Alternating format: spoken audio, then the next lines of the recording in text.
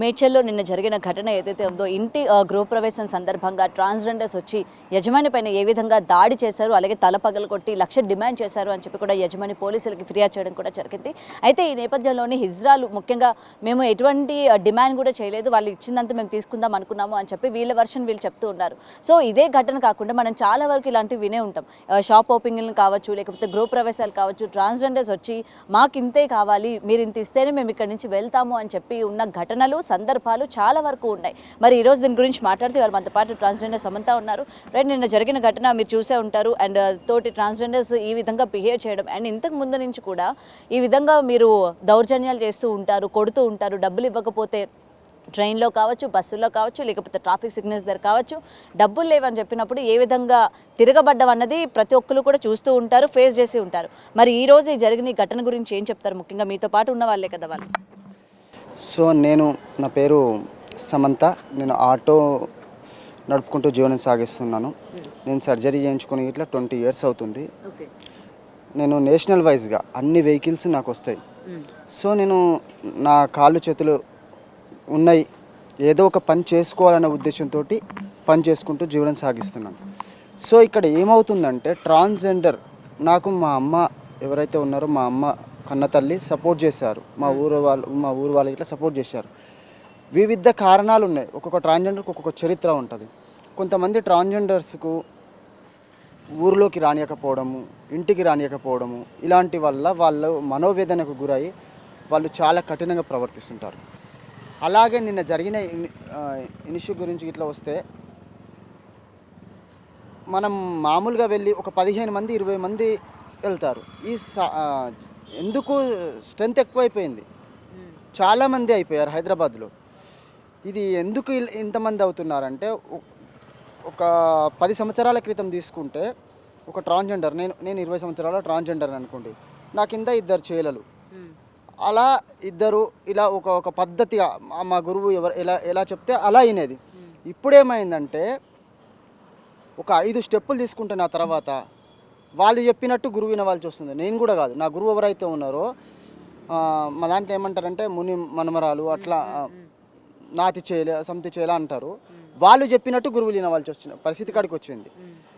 Freedom వాళ్ళకు.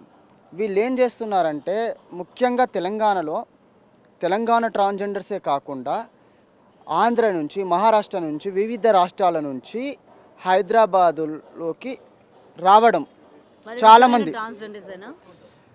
నిజమైన ట్రాన్స్జెండర్సా అని ఇక్కడ వాళ్ళు ఫేక్ ట్రాన్స్జెండర్సా కాదు, ట్రాన్స్జెండర్ సాంద్రత ఎక్కువైపోయింది. వీళ్ళు ఏంటంటే ఒక గురువు ఉంది, నా కింద ఇంతమంది ఉండాలి, ఒక గురువు కింద 500 మంది 1000 మంది ఇలా సాంద్రత పెంచుకుంటూ వాళ్ళు ట్రాన్స్జెండర్సా లేకపోతే మగవాళ్ళ ఎలా అని కాదు, గుడ్డలు కట్టుకోవడం, 3 గుడ్డలు కట్టుకోవడం, బజార్లోకి వెళ్ళడం, దొరికిన కాడికి దోసుకోవడం అనే విధంగా ఈ వ్యవస్థ తయారైంది. ఇది కారణం అసలు.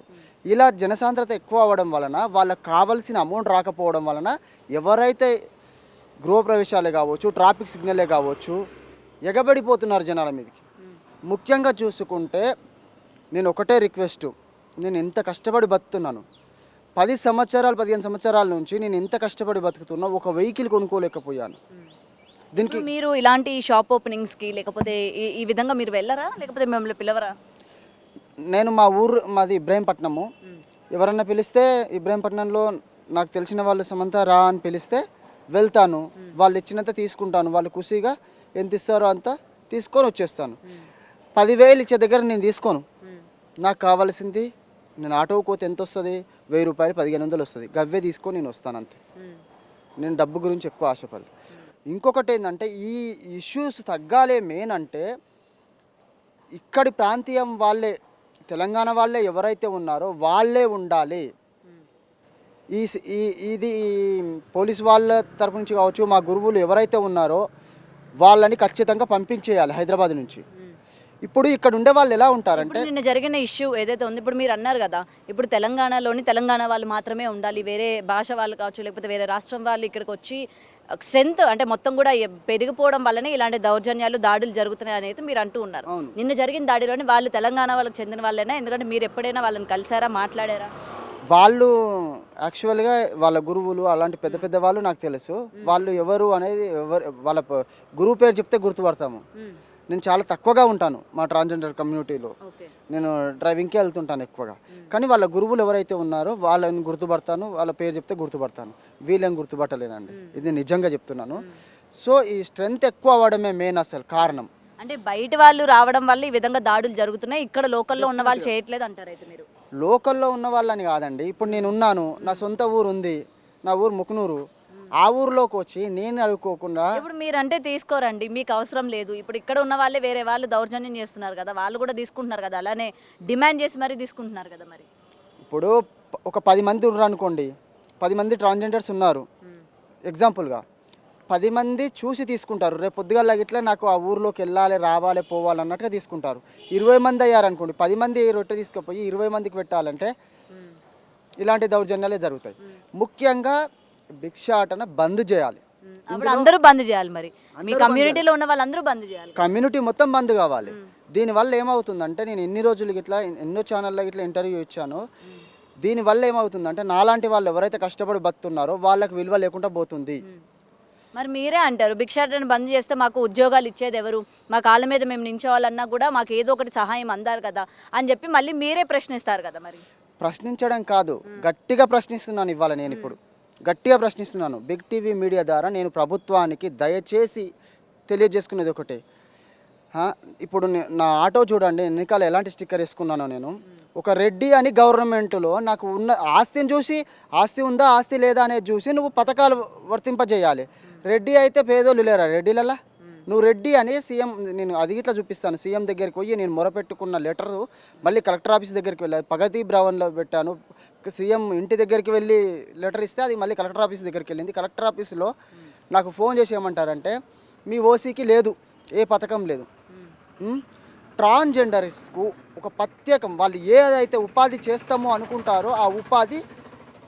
మరి మీ ట్రాన్స్జెండర్స్లోనే ప్రభుత్వము చదువుకున్న వాళ్ళకి వాళ్ళ ట్రాఫిక్ సిగ్నల్స్ దగ్గర ఉద్యోగాలు ఇవ్వడం కూడా జరిగింది కదా. మరి ఇచ్చిందండి, 40 మందికి ఇచ్చింది.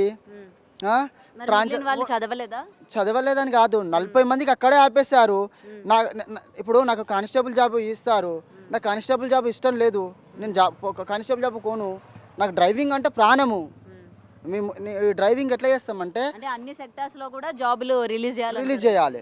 ఇంకొకటి ఏంటంటే వివక్షత, చాలా వివక్షత ఉంది సమాజంలో. ఒక ట్రాన్స్జెండర్కి అద్దె ఇల్లు ఇవ్వాలంటే ఎక్కడో గుట్టలలో పోయి ఉండాలి, సిటీకి ఆవిడ దూరంలో ఉండాలి. నేను ఆటో నడుపుతున్నాను కదా, హైత్ నగర్ రామోజీ ఫిలిం సిటీ దగ్గరికి వెళ్ళి రావాలి. నాకు ఆటోకు ర్యాపిడో ఊబర్ నేను నడిపేది ఎక్కడండి? బంజారా హిల్స్, మాదాపూరు, షేర్లింగంపల్లి, చందానగర్, మియాపూర్, ఇటు సైడే నాకు డ్రాప్ పడతాయి. నేను అంత దూరం నుంచి రావాలి. ఇక్కడ రూమ్ ఇవ్వమంటే నార్మల్ రేట్ల కంటే డబల్ అడుగుతారు. అక్కడ డబలే, ఇక్కడ డబలే. ఇది మైనస్ పాయింట్. ఇంకోటి, ఏదైనా ఒక వస్తువు కొందామని ఏదైనా షాప్కి వెళ్తే ట్రాన్స్జెండర్స్ కొంతమంది దౌర్జన్యంగా తీసుకుంటారు అనుకో, అలాంటివి మానాలని చెప్తున్నాను. ఇట్లా నేను వెళ్తున్నాను. మీరు అంటే మీలోని చేసే వాళ్ళ బట్టే కదా మీకు కూడా అది ఎఫెక్ట్ అవుతుంది. అందుకే మీరు ఎవరికి చెప్పాలి? మీలో ఉన్న వాళ్ళకి మీరు ఒక కమిటీ వేసుకోనో లేకపోతే మీ గురువుల చేతనో మీరు ఇక ఈ విధంగా ఉంటున్నారు, సొసైటీలోని మీరు బయట చేస్తున్న ఈ దౌర్జన్యాల వల్ల అది మా మీద ఇంపాక్ట్ పడుతుంది, నిజాయితీగా జాబ్ మీద ఆధారపడి చేసేవాళ్ళు లేకపోతే వీళ్ళకి డ్రైవింగ్ చేసేవాళ్ళు మా మీద ఎఫెక్ట్ పడుతుంది, కాబట్టి ఇక్కడ నుంచి వీళ్ళని పంపించడమో లేకపోతే వీళ్ళకి ఏమైనా పని కల్పించడమో మీ గురువులతో మరి మీరు మాట్లాడుకోవాలి కదా. మీ గురువుల చేతిలోనే కదా మిమ్మల్ని కంట్రోల్ చేసేది. మీరు అన్నది నేను అర్థం చేసుకున్నాను. నేను ఒక 10 సంవత్సరాల నుంచి మోటార్ ఫీల్డ్లో ఉన్నాను. ఈ రోజు పోయి నా గురువు దగ్గరకు పోయి, గురువు మన పిల్లల్ని ఇట్లా ఏదో ఒక పని, నాకు చాలా పనులు వచ్చు, ప్యాకర్స్ అండ్ మూవర్స్ వచ్చు, డ్రైవింగ్ వచ్చు, అగ్రికల్చర్, ఇలా చాలా పనులు వచ్చు, ఏదో ఒక పని చేపిద్దాము అంటే, నువ్వు ఎలా బతున్నావు, మా బతికి ఎలా ఉందని అంటారు. నా బతికి ఎలా ఉందంటే చాలా అధ్వానంగా, ఈ పూటకు తినడానికి ఇట్లా నేను పోయి తెచ్చుకుంటేనే తినగలిగే స్థితిలో ఉన్నాను. మాది ఎట్లుంది? నీకేం కల్పించింది గవర్నమెంట్? నీకేం ఫాయిదా వచ్చింది? గవర్నమెంట్ ఏమన్నా నిన్ను ఏమన్నా ప్రోత్సహించిందా? ఇప్పుడు సపోజ్ నేను ఒక డీసీఎం నడిపానండి, 10 సంవత్సరాలు డీసీఎం నడిపాను. ఆ డీసీఎంలో నుంచి ఆటో కాడికి రావడానికి కారణం ప్రభుత్వం. ఇక్కడ గట్టిగా చెప్తున్నాను, ప్రభుత్వమే కారణం, ఈ సమాజం కారణం. సమాజంలో నా పేరు మీద ట్రాన్స్జెండర్ అని ఫైనాన్స్ వాళ్ళు ఫైనాన్స్ ఇవ్వరు. ఒక మొగోడు వాడు ఎలా ఉన్నా సరే, హెవీ లైసెన్స్ ఉందా, ఫైనాన్స్ ఇచ్చేస్తూనే ఉంటారు. వానికంటే ఎక్కువ సంపాదిస్తాను, వాడు 50,000 కడతా, నేను 1,00,000 రూపాయలు కడతాను. కష్టపడంత దమ్ము నాకు ఉంది. ఒక ట్రాన్స్జెండర్ని ఎందుకు అంత వివక్షతగా చూస్తున్నారండి ఈ సమాజము? ఉం? ఆటో తీసుకుంటే ఆటో ఫైనాన్స్ ఇయ్యం నీకు, నువ్వు ట్రాన్స్జెండర్ అంతే. నువ్వు ట్రాన్స్జెండర్, నీకు ఆటో ఫైనాన్స్ ఇయ్యం. కిరాయికి ఆటో నడుపుకోవాల్సి వస్తుంది, 400 రూపాయలు కట్టాలి, 1000 రూపాయలు వస్తే 500. దీనికి ఇంకా నేను ఏం చేశానంటే నా తెలివి సల్లగుండా 3 సార్లు బండి కొన్నాను వేరే వాళ్ళ పేరు మీద. అట్లా 10 లక్షలు లాట్ చేశారు ముగ్గురు కలిసి. నేను నడుపుకొని బతుంటే 3 నెలలు కాగానే బండి గుంజుకోవడం. నా బండి నేను తీసుకుంటున్నా, ఇగో నీ పైసలు నీకు ఇస్తా. ఆ ఫైనాన్స్ పైసలు 3 నెలలు కట్టితే కదా నేను ఇంచుమించు 50-60 వేలు ఉంటుంది. ఆ 50 వేలు లెక్కేసుకున్నా 1,50,000 నాకు పోయినాయి. ఆడు నాకు ఎంత గింత కాదు, ఒకడైతే 50,000 ఇచ్చిండు, 2 లక్షల రూపాయలకి 50,000 ఇచ్చిండు. అది పోలీసుల చుట్టూ తిరగంగా పోనీ అమ్మ వదిలేసే పోలీసు వాళ్ళకి ఇట్లా అంటారు. ఇట్లా ఇది వివక్షత అండి మాది మెయిన్ అసలు. ఇప్పుడు నేను జరిగిన ఘటన చూసిన తర్వాత ఇంకా మిమ్మల్ని ఎవరైతే కనీసం ఆ షాపింగ్ మాల్స్ గృహ ప్రవేశాలకు వెళ్తే కనీసం ఆ రూపాయి అయినా వస్తుందని ఆశపడే వాళ్ళకి ఈ రోజు నుంచి అది కూడా లేకుండా పోయింది. అది కూడా లేకుండా పోయింది. ఇంకోటి ఏంటంటే ఇంకా ఇప్పుడు ఇది అందరికీ స్పెండ్ అయిపోయింది, ఇంకా దౌర్జన్యాలకు పాల్పడతారు. ప్రభుత్వం తక్షణమే మాకు ఉపాధి కల్పించాలి. ఇప్పుడు ఒక్కొక్కరికి ఒక్కొక్క రకం ఉంటుందండి. నాకు డ్రైవింగ్ ఇష్టం, ఇంకొకరికి అగ్రికల్చర్ ఇష్టం ఉండొచ్చు, లేదంటే ఇంకొకరికి చాయ్ బండి పెట్టుకోవడం ఇష్టం ఉండొచ్చు. చాలామందికి ఎవరికో ఒకరికి పని చేసుకోవాలని బతకాలని ఉంది. వాళ్ళకి అక్కడ పోసం కల్పించండి, కష్టపడి బతారు. అప్పుడు గిట్లా పని చేసుకోలేని స్థితిలో మళ్ళీ భిక్షాటనకే వెళ్ళారు, అప్పుడు చట్టరీత్యా చర్యలు తీసుకోండి. ఇప్పుడు ఒక అటాక్ జరిగింది అనుకోండి, తీసుకుపోయి జైల్లో పడేస్తున్నారు. ఇలా గిట్లా అలానే వేసేయండి. మా వాళ్ళు తిట్టినా సరే ఈరోజు నేను ఇంత ఖచ్చితంగా మాట్లాడుతున్నాను. మాకు అవకాశాలు జైల్లో పెట్టాక మళ్ళీ మీరు మా వాళ్ళని పెట్టారని మళ్ళీ మీరు ఎవరు రాకండి మరి వెనక. ఇప్పుడు వాళ్ళు తప్పు చేశారు, తప్పు చేశాక ఎవరు రావద్దు మా వాళ్ళకి ఇట్లా. ఇప్పుడు ఈ మీడియా ఈ ఛానల్ ద్వారా నేను తెలియజేసేది ఒకటే, ఎవరైతే తప్పు చేస్తున్నారో, ఎవరైతే దౌర్జన్యంగా చేస్తున్నారో వాళ్ళని జైల్లోనే ఉంచాలి. ఒక తల్లిదండ్రులు ఉండరండి, తల్లిదండ్రులని కనీ పెంచిర్రు, వాళ్ళని కాదని వస్తున్నాము. మన పొట్టకు లక్షలు డిమాండ్ చేసుడు ఇదేందండి?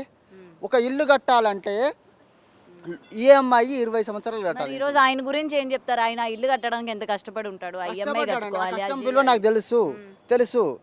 ఒక్క విషయం అండి, తన గురించి చెప్పేదానికంటే ముందు నా గురించి నేను ఆలోచన, నా సమాజం గురించి, నేను నా ట్రాన్స్జెండర్ కల్చర్ గురించి ఆలోచించుకోవాలి.